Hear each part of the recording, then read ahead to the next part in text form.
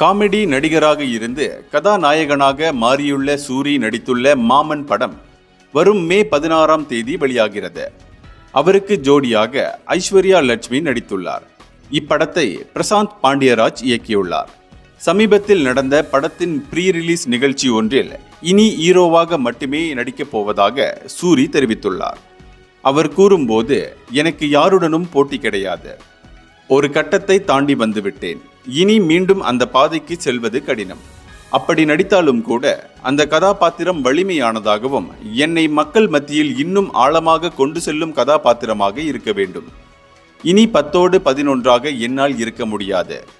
என்னை தேடி வந்து அழைக்கிறார்களே, கண்டிப்பாக இவர்களுக்கு ஒரு படம் நடித்து கொடுத்து விட வேண்டும் என்ற எண்ணத்தில் இனி என்னால் நடிக்க முடியாது.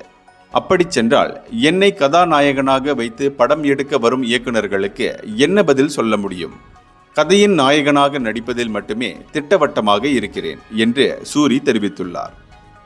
இந்தியர்களின் இதய குரல் மக்களோசை.